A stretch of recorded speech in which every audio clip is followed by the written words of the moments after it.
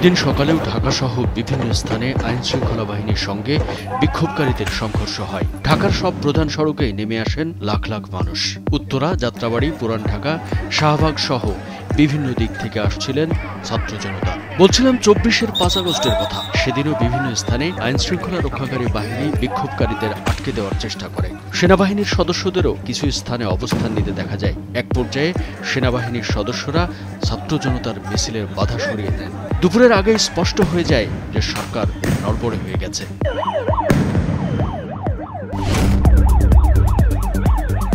২০২৪ সালের ৫ আগস্ট দিনটি ছিল সোমবার। কোটা সংস্কার আন্দোলন থেকে রূপ নেওয়া বৈষম্য বিরোধী ছাত্র আন্দোলন ঘিরে বিপুল সংখ্যক মানুষের প্রাণহানি ও সহিংসতার জেরে এক দফা দাবি ওঠে শেখ হাসিনার পদত্যাগ। সেদিন বেলা ১১টার পর থেকে ঢাকার পথে ঢল নামে মানুষের। কারফিউ ভেঙে বিভিন্ন স্থান থেকে আসতে শুরু করেন তারা। এক পর্যায়ে শাহবাগ, কেন্দ্রীয় শহীদ মিনার সহ গুরুত্বপূর্ণ পয়েন্ট লোকারণ্য হয়ে ওঠে। দুপুর ১:৩০টার কিছু পরে খবর ছড়িয়ে পড়ে পদত্যাগ করছেন প্রধানমন্ত্রী শেখ হাসিনা। এরপর জনস্রোত আরও বাড়তে থাকে। বিভিন্ন এলাকা থেকে মিছিল এসে জনসমুদ্রে পরিণত হয় শাহবাগ। দুপুরের দিকে আন্তঃবাহিনী জনসংযোগ পরিদপ্তর জানায় জাতির উদ্দেশ্যে ভাষণ দেবেন সেনাপ্রধান জেনারেল ওয়াকারুজ্জামান। সূত্রের বরাত দিয়ে আন্তর্জাতিক সংবাদ মাধ্যম এএফপি খবর প্রকাশ করে জানায় শেখ হাসিনা ও তার ছোট বোন শেখ রেহানা গণভবন থেকে নিরাপদ স্থানে চলে গেছেন। সামাজিক মাধ্যমে হেলিকপ্টারে করে দেশত্যাগ করার একটি ভিডিও ভাইরাল হয়ে যায়। ঢাকায় ধীরে ধীরে ইন্টারনেট সচল হতে থাকে। অবশ্য ৫ আগস্ট সকাল থেকেই ছাত্র জনতার গন্তব্য হয়ে ওঠে গণভবন, প্রধানমন্ত্রীর কার্যালয় ও জাতীয় সংসদ ভবন। এক পর্যায়ে তারা গণভবন, প্রধানমন্ত্রীর কার্যালয় ও সংসদ ভবনের মধ্যে ঢুকে পড়ে। সংসদ ভবনে প্রবেশ করে উল্লাস ও আনন্দ মিছিল করেন ছাত্র জনতা। অনেকের হাতে ছিল লাল সবুজের জাতীয় পতাকা। ছাত্র জনতার অনেকে নিজেদের ক্ষোভ প্রকাশ করেন গণভবন, প্রধানমন্ত্রীর কার্যালয় ও সংসদের দেওয়াল এবং বিভিন্ন স্থাপনায় লিখে ছবি এঁকে। দেয়ালে বিভিন্ন প্রতিবাদী লেখনে উঠে আসে আওয়ামী লীগ ও শেখ হাসিনার শাসনামলের নানা অনিয়ম ও দুঃশাসনের কথা। এই ঘটনার ঠিক কয়েক মুহূর্ত আগের কথা।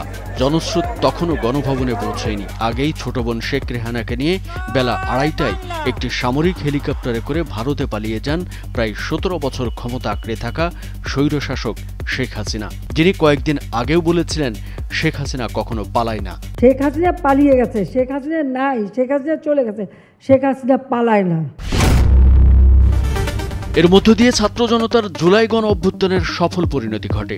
সব মিলিয়ে ১৪ জুলাই থেকে ৫ আগস্ট ছাত্র জনতা শেখ হাসিনার মুখোমুখি অবস্থান নেওয়ার পর বাংলাদেশের মানুষ মুক্তি পেলেন চরম কর্তৃত্ববাদী এক শাসন থেকে। শেখ হাসিনা পালিয়ে যাওয়ার দিন সকালেও গুলি চলে ঢাকা সহ দেশের বিভিন্ন জায়গায়, যাতে ছাত্র জনতার অনেকেই হতাহত হন। পালিয়ে যাওয়ার পরও এমন গুলির ঘটনা ঘটে।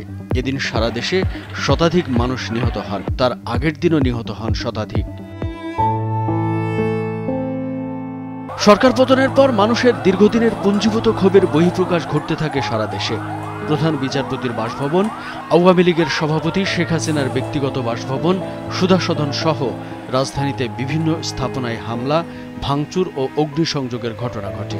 ঢাকা ও ঢাকার বাইরে সদ্য বিদায়ী আওয়ামী লীগ সরকারের মন্ত্রী, দলীয় সংসদ সদস্য ও নেতাদের বাসভবন ও ব্যবসা প্রতিষ্ঠানেও হামলার ঘটনা ঘটে।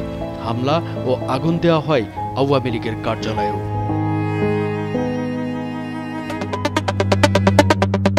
শেখ হাসিনা পালিয়ে যাওয়ার পর সেনা সদর দপ্তরে বিভিন্ন রাজনৈতিক দলের নেতা ও নাগরিক সমাজের প্রতিনিধিদের সঙ্গে বৈঠক করেন সেনাবাহিনী প্রধান জেনারেল ওয়াকারুজ্জামান।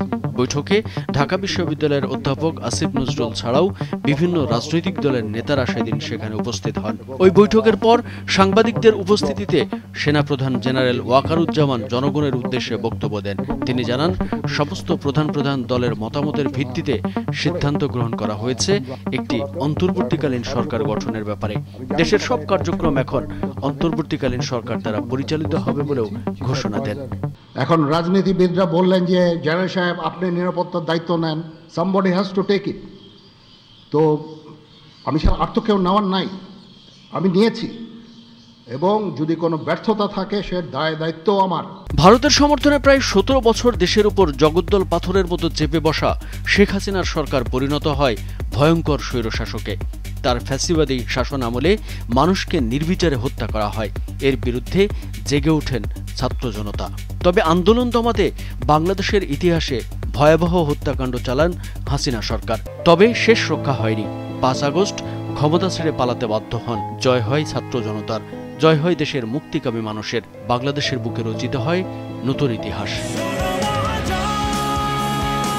কামরুজ্জামান আরিফ, ভোরের কাগজ।